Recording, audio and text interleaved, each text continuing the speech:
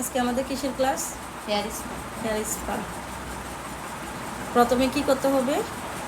তেল দিয়ে ম্যাসেজ করতে হবে। এটা কি তেল হবে না অয়েল হবে? Oil message. তারপর কি করতে হবে অয়েল ম্যাসেজের পর? ম্যাসেজ করে কিছুক্ষণ চুলটা হ্যাঁ, কতক্ষণ পর আমরা ম্যাসেজ করব, কতক্ষণ ম্যাসেজ করার পরে কয়েক মিনিট পরে সুন্দর করে আমরা কি করব? ওয়াশ করব। ওয়াশের পরে এটা এটা তো অয়েল ম্যাসেজ শুধু। আর আমরা যখন স্পা করব তখন কি কি করতে হবে? আচ্ছা, ধাপে ধাপে বলে দিলে। আমরা স্পা করলে আগে কি করব? অয়েল ম্যাসেজ করে নেব। অয়েল ম্যাসেজ করার পরে আমরা ভালো করে ম্যাসেজ করব। ম্যাসেজ করার পরে আমরা শ্যাম্পু করব, মনে থাকবে? শ্যাম্পু করার পরে আমরা কি করব? আবার মাথাটাকে 100 থেকে 50% আমরা ডাই করে নেব, মানে তোয়ালে দিয়ে মুছে নিব, নাইতে বা হেয়ার ডাই দিয়ে শুকাই নেব। তারপর আমরা কি করব? স্পা মেডিসিনটা লাগাবো। যেভাবে আমরা রিবন্ডিং মেডিসিন লাগাই চুলে, সুন্দর করে লাগাবো আমরা। আমরা তো এই মেডিসিন যেটা আমরা ট্রিটমেন্ট রিবন্ডিং মেডিসিন লাগে, এটা আমরা কি গুঁড়াই দিব?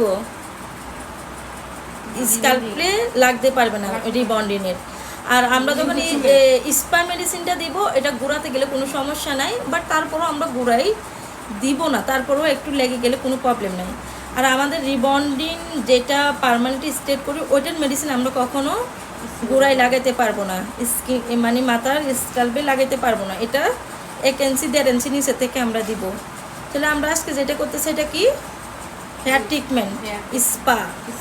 না সরি, হেয়ার ট্রিটমেন্ট একটা, স্পা একটা। এটা ট্রিটমেন্ট না। ট্রিটমেন্ট হলো যে আমরা ক্যারোটিন, ক্যারাফাইন, বোটক্স, ওমিগা, তারপর হলো যে এগুলো হলো যে আমরা হলো যে ট্রিটমেন্ট। এটা 6 মাস, 3 মাস, বছরের জন্য এটা ট্রিটমেন্ট। আর এটা হলো যে স্পা, হেয়ার স্পা। মনে থাকবে? ক্লিয়ার? এখন যেভাবে অয়েলটা দিচ্ছ এটা কি বলবো? Oil message. অয়েল ম্যাসেজটা আমাদের কি করতে হবে? একদম চুলে কোথায় দিতে হবে?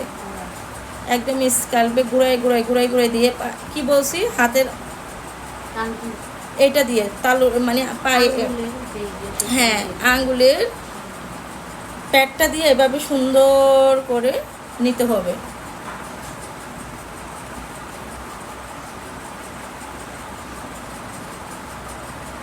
আগে কি এভাবে ক্লাস করেছে?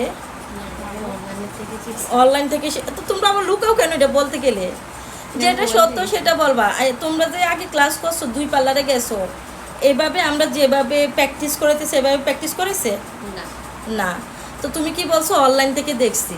তো অনলাইন থেকে যদি দেখো তাহলে তুমি 30,000 40,000 টাকা দিয়ে কেন মানুষের কাছে কাজ শিখতে গেছো? তো টাকাটা বিদা গেল না তোমাদের? অথচ কত কষ্ট করে টাকাটা তোমরা আনো। যেমন ও জব করে অফিসে, তাহলে ওই অফিসে থেকে দিনে রাতে পরিশ্রম করে কিন্তু টাকাটা আনছে, তারপর দিচ্ছে। যেমন এখন আমাকে দিচ্ছে, আমাকেও কিন্তু পরিশ্রম করে টাকাটা দিচ্ছ। তো এখন আমার কি করতে হবে? তো তোমাদের 100% কাজটা দিতে হবে না বুঝার মতন? এখন যদি ধরো আমি তোমাদের থেকে টাকা নিয়েছি, আমি যদি কোনো রকম বুঝাই দিলাম, তো তোমরা কি পার্লারের কাজটা পারবা? কোন কাজটা পারবা? আচ্ছা, অনেক কথা উনি বাদ দেখ না, দারুণের কথা। তুমি কি, আমি যদি ফুল কাজটা না দেখে তোমরা কি পারবা? না। তাহলে এখন আমার কি করতে হবে? ফুল কাজ হাতে ধরে শিখাইতে হবে। তো তোমরা এখন আমি যেভাবে শিখাচ্ছি তোমরা কি মনে থাকবে, মাথায় থাকবে? মনে থাকবে তো? বুঝছো? দেখো আপু, আমি যদি তোমাদের যদি ফুল কাজ যদি অর্ধেক শিখে অর্ধেক না শিখাই, কোনো রকম যদি শিখাই, তোমরা কি কাজগুলো করতে পারবা? না। তাহলে এখন যদি আমার কি করতে হবে সেটা বলো। ফুল কাজ শিখাতে হবে, হাতে ধরে প্রতিটা কাজ পাই পাই করে হিসাব করে শিখাতে হবে, মানে যেভাবে যেটা প্রয়োজন সেভাবে শিখাতে হবে।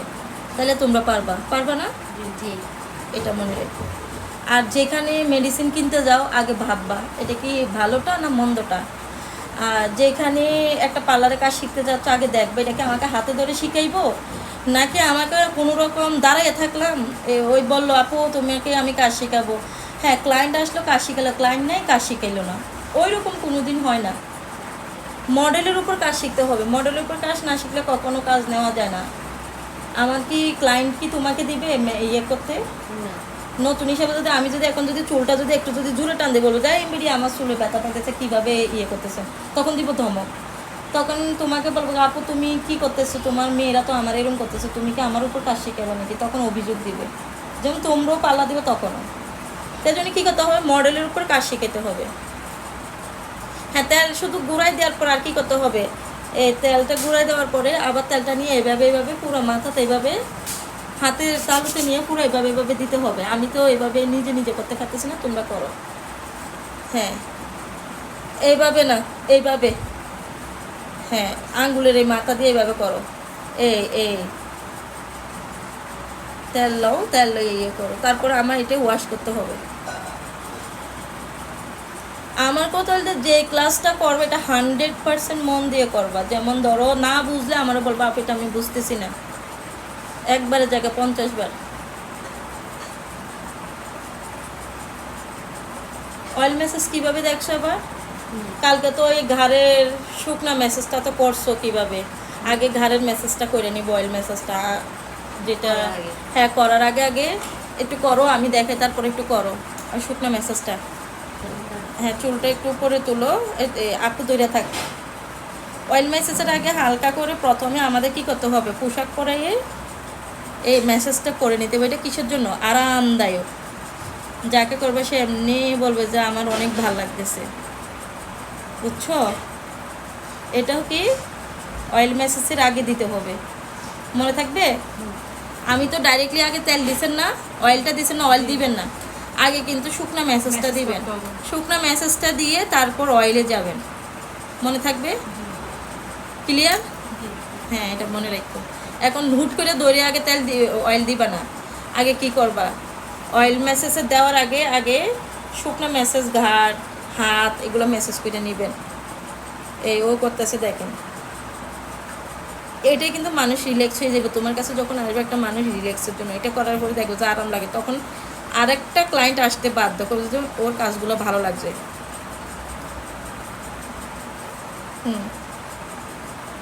আপু তো বুঝতেছো না? আগে আমাদের কি করতে হবে, শুকনো মেসেজটা করে নেব। বিশ্বাস করে এবার ইয়ে করো, হয়েছে, এবার ইয়ে করো, এটা